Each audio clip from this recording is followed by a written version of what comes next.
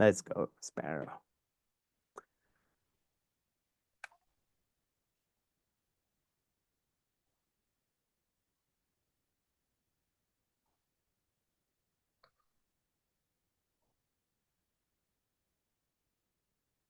You mean sparrow like the bird? Sparrow?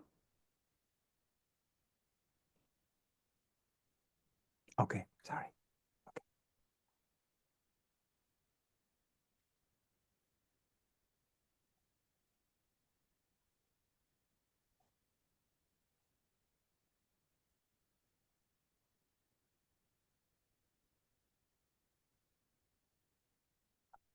Meditating. All right, everybody, that was the intro right there.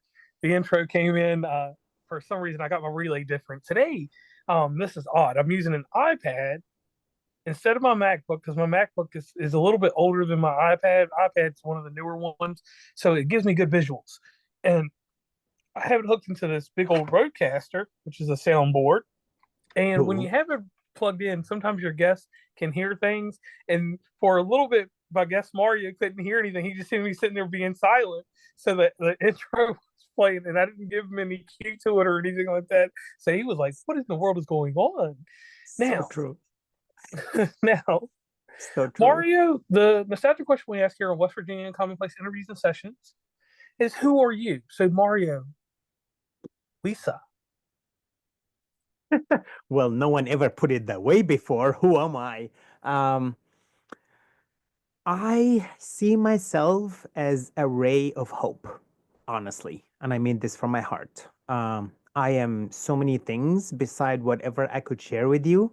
In the meantime, Mario Wissa, myself, I'm a researcher, author, and speaker. And my job and my purpose in life to actually spread around the globe the power of communication. So I do this in so many various ways, whether online, podcasts like this. I do workshops. I'm engaged in public speaking events as a keynote speaker. Obviously, I published 3 books, and I'm working on my fourth one. And I realized that it is very important to cultivate our glorious legacy intentionally after we are gone, what impact we have on other people. And that is what I am looking to create. Thank you for your question. Okay. Now, your journey started in Cairo, led you to Nashville, of all places, then Asia. What sparks your desire to explore different cultures and perspectives in these places? I am an experience junkie. I want to experience everything. I want to learn everything. So I came to the US in the year 2000, 25 years ago, believe it or not, to just simply learn the language. Um, truly. And in 2017, which is about 8 years ago, I realized that I spent half of my life in Egypt and the other half in the US. Am I Egyptian? Am I American? Who am I? What about all the experiences that I had in life? So basically, 2 years after this thought that crossed my mind in 2015, basically in 2017, I basically give away everything that I had except my backpack with like some underwear and clothes in it. And I took off to India to explore yoga and meditation. So it's somewhat Okay. like I did not know about this Eat, Love, Pray movie until later, but it seems like subconsciously I was like following that, getting lost to find myself. And this experience led me to so many amazing conversations, experiences, connections. And here I am, 25 years after I moved to the US. I traveled Asia for 5 years and I published 3 books. And my passion is communication, and that's my it. So here I am. Okay. So let's go here with this. You said human Let's slow connection. down. There's a lot. I shared a Yeah. lot. Yeah. Yeah. Yeah. Human connection. You were talking about that. what are some of the most unexpected lessons you learned from human connection? Because let me give you this here. What I learned as a young man moving around in life, I have something called charisma. And charisma drives me down certain paths that other people can't get down. And in doing that, my human connection to people is that the after effect. It's not like exactly who I am, it's the after effect. It's the point of what I do in life. Every person that has ever met me, I met them first.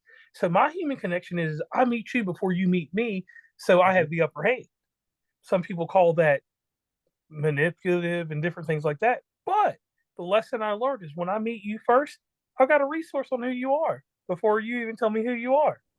And we go from there. So tell me about an unexpected lesson you learned from human connection.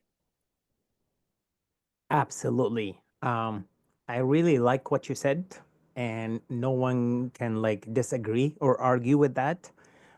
Yet, in the meantime, to realize that when we meet other people or they meet us, we need to realize that showing up is a key. And let's be frank with one another as one man to another. Sometimes it's not that easy for a man to show up, to be vulnerable, to be real with his own feelings. And I Now, can see you're Mario, frowning. Yeah, now, tell me. Mario, now, Mario, I could Yes. agree with your statement Yes. 7 years ago. I love Before that. COVID, because before COVID, I could agree with you. Yes. Because the common thread between men was this thing that kept us not talking about it. We didn't care Hmm. about our feelings. Hmm. But I will say this: the only reason I disagree with what you're saying right now is because Hmm. me and you both know during COVID, the world became vulnerable. And I think as a man, you as a man, both of us speaking to each other, we both let our vulnerability out during COVID.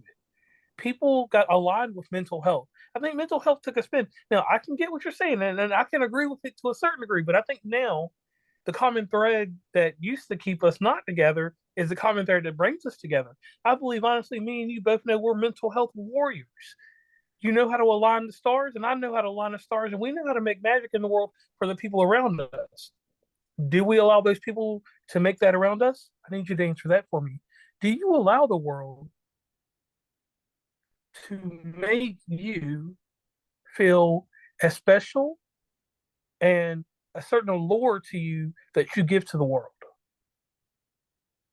Um, Honestly, to be really frank with you, there is a delayed um, communication. So every 5 to 6 words you're saying, I'm not getting them because there is Oh, a delay connection. It's a little interrupted, which I will do my very best to make the best of it. And what I understood, you mentioned that 7 years ago you would agree with me, but because of the COVID and everything that happened, maybe not as much. And I agree with you. For one, during COVID, I was traveling Asia. And however you experience COVID, it's not the same the same way I experienced it. I was in Bali, Indonesia, one of the most corrupt countries on the planet. I just wanted to enjoy the environment and I got stuck. I'm being very frank with you, honestly. So, however you experienced COVID, it's nothing compared to how I experienced it. okay. And I am also going to take advantage that you brought this up honestly. Um, 2014, which is about 11 years ago, um, the person I was dating at the time, her mother sent me this audiobook. I think the moment I mention it to you, you'll be like, okay, that makes sense. The audiobook was by Brene Brown, The Power of Vulnerability. Why would she send me this book? Because she could see that myself as a man, I was behaving and acting in a way that is not so vulnerable. Vulnerability is not that easy for a man. I'm not sure if it's like whether in Egypt or the US or around the globe. Um, there is a burden that's being put on a man to behave like emotionless, someone who's like got everything under control, they lead. Guess what? A man is a human being at the end of the day. Um, to be aware of that is crucial in our communication and connections, to realize that we're connecting one human being to another. I'll pause here and give you the mic. Well, I agree with you on the vulnerability part. Now, what I want to know is, in all these travels, there's culture shock. Culture Yes. shock is something that happens, and I'll give you a great example. I went to Denmark. I left the United States. I went to Denmark um, for medicinal reasons. And Mm. when I went to Denmark, the culture, I knew about Copenhagen, different places like that. But because of the way that I speak and my accent and how I enunciate, my English is Okay. different. A great Oh, example is for the word them. color. I say the word color, but they say the word color. C O Yes, L the O U U in there. R, Yep, and I say gotcha. COLOR. Yep, And gotcha. if you pronounce it properly, you hear a difference in it. True. And they were fascinated by my stories, my folklores, and different things like that. And to me, I was amazed that they had these ideas that we live in America and everything is just amazing and we don't have trials and tribulations. You know, they see Mm. war and different things like that, but they see us as a multi power. And in certain cultures, when I went outside of Denmark, when I went to Germany and other places like that, I could see that they did not like me. But Mm. the major culture shock for me was when I was in Holland and how people really were accepting of my accent and they were amazed that I was traveling there, you know, just for the fun of it. So, what are some cultural shocks that you faced when you've moved all these places and moved around? It's like the question, how much time do I have to talk about this? Because this is really huge. So Well, we need speak your to mind, be the rest aware. will follow. Speak your mind, and the rest will follow. I love your energy, man. I love how you process information. So we need to be crystal clear about something very important. And this is from my experience, from my research, and literally interviewing thousands of people over almost. I have been saying that I'm doing research in communication for 17 years. I have been saying this for the last 2 years. So it's almost 19 years now. And when we realize that culture comes from cult and cultivate, that means we creating something collectively. And our culture, no doubt that it shapes who we become subconsciously. For example, my mother tongue language, which is it's not my current one, but I was born and raised in Egypt. Um, I spoke Egyptian Arabic the first few years of my life. I was brought up as a Coptic Christian. I'm not very religious right now. To realize that the culture shapes who we are. And once we realize that, one, we might be able to take control on what we become in the future. One. Two, we become a lot more empathetic and compassionate with other people from different cultures, different countries, different languages around the globe. So to just realize that the common thread that we have is humanity. And I did not choose my parents.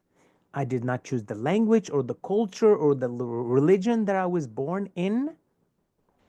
That cultivates authentic compassion in our communication and seeing one another. What do you think? I like that. Now let's go into the subtle ways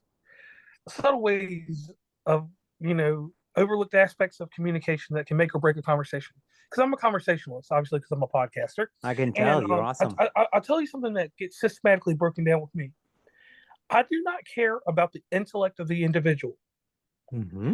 I I like that. care about the quality of the individual. So, for Mhm. instance, me and you are here talking, right? Yeah, And yeah, you can yeah, tell yeah. your That's culture, you very got a little interesting. pizzazz about you. You ate Okay. a good lunch. You're about to eat a good dinner, and I can tell that you're high energy and you're a person of the world. You follow the same suit that I do, probably, that we have a love for the world that people don't understand sometimes, right? Mm. Right? So that is a subtle way that we connect with people because we have a love for the world, and that love lives in infamy inside of people because they're like, how does this person provide not entertainment, but such what's a good word to say? Take your time. Um, Take all the time you need. I'll say this: we provide a certain leisure to people. Like you have a warm look to you and a glow to you that makes it nicer. Now, not with that look. When you did this extra, I don't know what that was.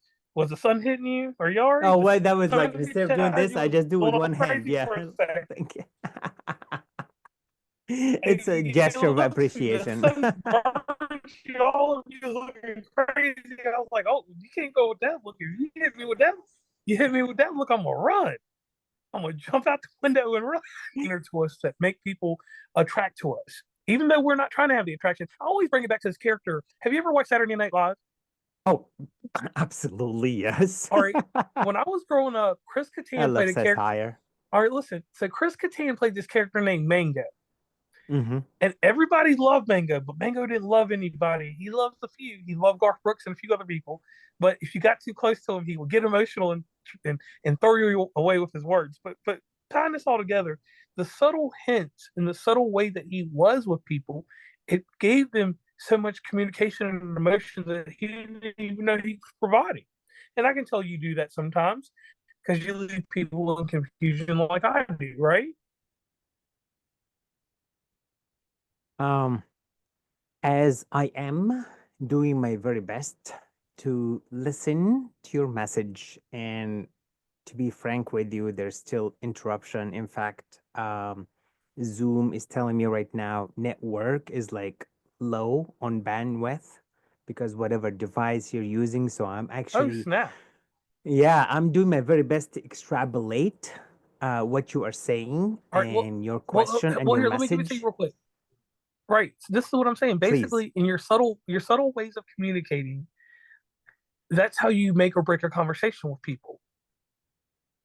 The subtle ways you give hints to them, be it from body language or even or just simple expression. Because people that know me can look at me and they're just like, man, JR's not with it today. Or they can be like, Mario's not with it today. But you can make or break a conversation with your subtle ways, right? Yes, you can, for sure. And what do you do with your subtle ways? Uh, I was actually waiting for you to ask that question just now because the camera just zoomed out and zoomed back in. You look at your phone, it's so funny. It's like you can see everything. Um, from almost 2 decades of research, almost 20 years of research in communication and interviewing thousands of people around the globe, I can tell you that from my heart and mind, very consciously, intentionally, and deliberately, when we show up authentically to any event or conversation, it creates authentic connection. Often we show up in a way that other people predicts or expects of us how to be, and that is not only limiting, it's hindering. When we show up with how we really feel and think and be, it becomes superpower. When we show up with who we really are, it helps us to attract similar energy. If we show up fake and made up, that is what we are going to attract in life. I hope that makes sense. It makes sense. It makes sense. Now, do you feel, because I feel this way sometimes, but then I don't feel this way. do you feel that social media and digital communication has taken away the way that people truly connect? So I love that you bring this up because this has been a really hot topic. I told you that I go as a guest on so many different podcasts, and two common topics that come up for the last 3 months: one, conflict resolution; two, social media and its impact on our communication. And what you and I are having right now will become more valuable with time. What you and I are having is called interpersonal communication. Interpersonal communication. A different type of communication is intrapersonal communication. INTRA. The reason why I bring this up because digital communication, yes, it makes us more productive, more efficient, will produce more effectively, yet it takes away part of our human connection. Hence, interpersonal communication 101, and we're having this 101, it's also digital. This will become a lot more valuable in time. I have to share this with you and with your awesome future listeners that I actually experimented with that few days ago. um, People who go online and leave like mean or nasty comments or feedback or like make a comment that's not very nice or healthy, well, guess what? More than 90% of these people would never ever make this comment in person. Right. They're what we call thugs behind a keyboard. Thugs behind a keyboard. They ain't gonna do nothing because they're not What, about what, that life. wait, what would you call it? What's behind keyboard? What? They're thugs behind the keyboard. Thugs. Thug? T Did you H say U G thugs? S. TUGs? Okay. They can hide Well, behind a keyboard, but they can't. They're not about that life. well, can I share with you a patient, compassionate, and understanding POV, point of view, on Go this? ahead, sir. So I think you already have checked out my profile, and more than 70% of my research is about intra-personal communication, how we converse and connect with ourselves.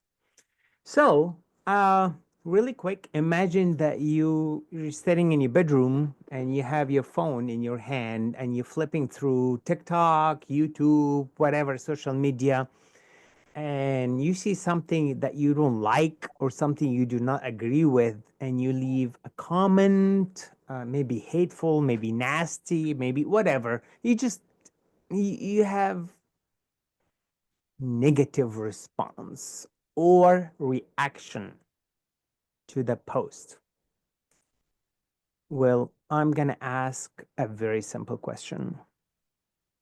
When you see this post and you are with yourself, what are you responding or reacting to? You are responding or reacting to your inner voice. Once we see something online and we might respond or act to, this post might have been posted few days ago, few weeks ago, few years ago. Maybe the person is even dead who posted it. Yet our reaction to the post is internally. What I'm trying to make crystal clear here is that we are a non-stop process of cultivating relationship with our own self. Whether someone is around or not, we are always communicating with ourselves. The more we become understanding and open-minded and compassionate with our own selves, we can do this with other people. And I will pause here and give you the mic. Thank you very much. Now, before we get to the end of the show, Mario, I've got to do something real quick. On this show, we pay homage to a news magazine I grew up with. And this news magazine is called 2020. And I like that. 2020 had John Stossel on there, Elizabeth Vargas, had Diane Sawyer, and it had the late, great Barbara Ooh, Walters on there. So, Mario, are you ready for your 2020 questions? I think I was born ready. Let's do it. We didn't plan for this. I love it. Go All ahead. right, so here we go. When you wake up in the morning, what is the first thing you put in your body? This is like the perfect pop match and the perfect question to ask. The first thing I think to myself when I wake up, honestly, from my heart, the deepest part in my heart is I am blessed to wake up this morning. Uh, Universe is not done with me. I am aware from a sociology point of view, every single 24 hours, over 150,000 people do not make it to the next day. So true, so true. And I'm saying this, I actually feeling shivers all over me. I guess, I kid you not, goosebumps. It's true. Every single morning, 150,000 people do not make it. And I am blessed, fortunate that I made it. So every morning I wake up, I swear to God, that goosebumps all over me. Um, I feel and I remind myself that I am so blessed to have made it to another day because some of us go to sleep and not wake up. And just So true. quick, I'm gonna have to put this really quick. I'm sorry. This is really important because um, as you have found out, I traveled Asia for 5 years and I did not see my older brother for a good 8 years. And 24 hours before I landed in New York, my brother went to evening nap and he never woke up. And he was like 47, 48 years of age. Uh, Hence, I became aware that every morning I wake up, it's a blissful moment and experience. And I give you the mic here. Thank you. Okay. Now the next question I have for you. Oh, you have more questions? Oh Awesome. yeah, I yeah, love yeah. questions. It's always questions, questions, questions, questions all day long. So, I so love here we it. go. Give it to me. As a young man, what was the first communication barrier that broke you down? I am so glad that I'm having this podcast with you. As I'm standing up, I get super excited about the topic. I cannot sit down. And your question, my answer to your question actually explains why I do what I do.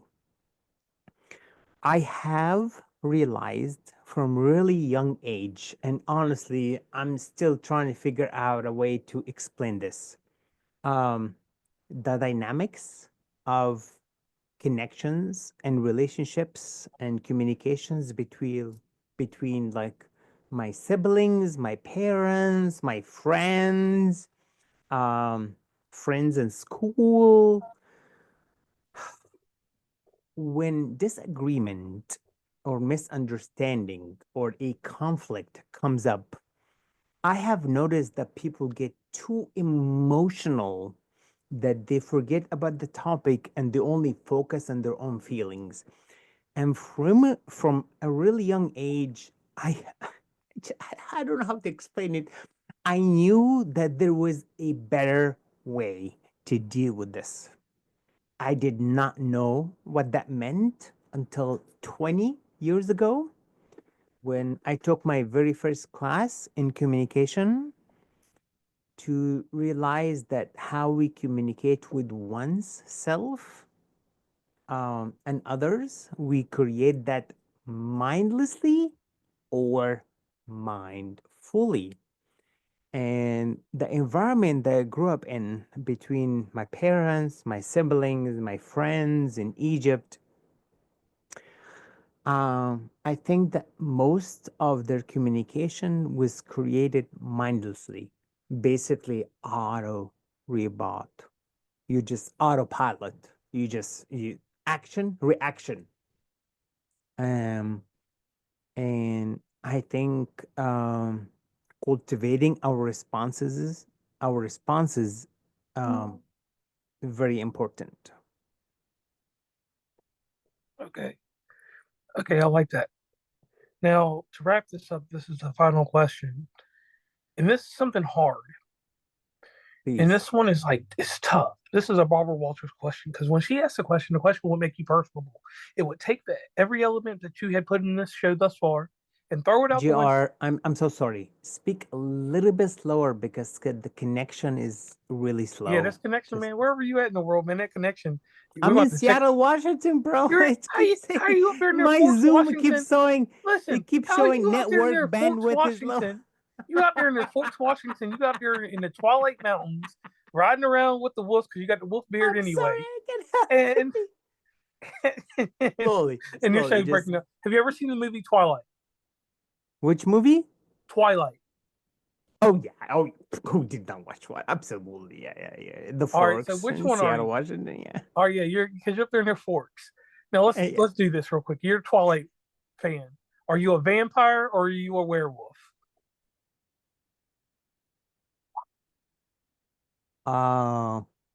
Wow. I don't know. I'm gonna be honest. What I you mean? never You thought got the about this beard and before. stuff.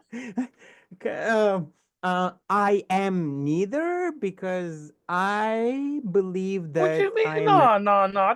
Don't cut it, Mario. No. Hey, listen, I listen. You identify can as a give me. werewolf. Well, listen, Listen, I identify as a because the werewolf because I'll beard. come outside at night and I'll be like, oh, I will do some Because the wild shit beard. at nighttime. I am You neither. got a beard. But listen, The vampires are sparkly. I. The vampires are sparkly. It's amazing. I love this conversation. I believe and I am cultivating that I am a peacemaker to help people to make peace with their own All right, selves. Mario, but you're getting off topic now. Okay. You're either a werewolf or vampire. You got to pick. I no, I do not choose either. No, I have that. I have the option to not choose either. That is the power of being a human. I'm not gonna choose either. Why? Answer that real quick. Why can't you choose one? Because neither align with how I feel. All right, so what is your spiritual animal then? Let's do that then. What's your spiritual animal? Oh no, that's a good question. Um, It's a werewolf. I mean, okay, you keep repeating that. It's the fucking beard, isn't it? I was gonna say unicorn, but fuck it, I guess. in the damn unicorn. I ain't going to fall for that shit. Hey, Because listen, if you say you're mystical, a something doesn't unicorn, exist. then I'm a sea otter. I'm a river otter. My emotional animal is a freaking. I'm a seal, not a seal. I like river otters. River otter is my feel good animal. I'm a river otter, Are but you're still a you werewolf. telling me just because of this beard that I did not choose to grow, it makes me a wolf, a werewolf? I didn't choose that. Okay, thank you. I'll take that, I guess. So you see what I'm talking about? The power of persuasion right there. We had a communication barrier. You were feeling like you wanted to be a vampire, but they're all sparkly. If you ever listen, I'm gonna make a joke here and you'll understand this. Have you ever been to North Please. Carolina? Have you ever been to North Carolina? Oh yeah, heck yeah. I lived in All right. Nashville, Tennessee, pretty close, yeah. Yeah, so you went to Asheville and different places. Did you ever notice how the road was sparkly? Like you know how when you drive down the road, Slowly, slowly. Say that again. Slowly. the road had sparkles on it in North Carolina. It was real sparkly. You could look at it, look down at the road, and it had sparkles in it. Where was your heart at? Where was I your heart am at? I am so sorry. I cannot hear the full messages I'm coming in I'm and out. glad you I'm so can't hear sorry. the full message. The point that I'm trying to make here is that you knew that you were a werewolf before I persuaded you to be a werewolf. Maybe you're right. I don't know. Are you I don't sure? see myself that way Why don't you see yourself that way? because I see myself as a. I can't even say this out loud. I see myself as a peaceful angel. I see No, what myself kind of as animal are you? Let's get it out there. Are you like a snow speaking leopard or animal. something? You keep asking me. Um, my spirit animal will be a monkey. What kind of monkey? No one ever asked that question. What kind of monkey? Um, peaceful monkey? No, I like a spider monkey? Or listen, do you know what a lemur is?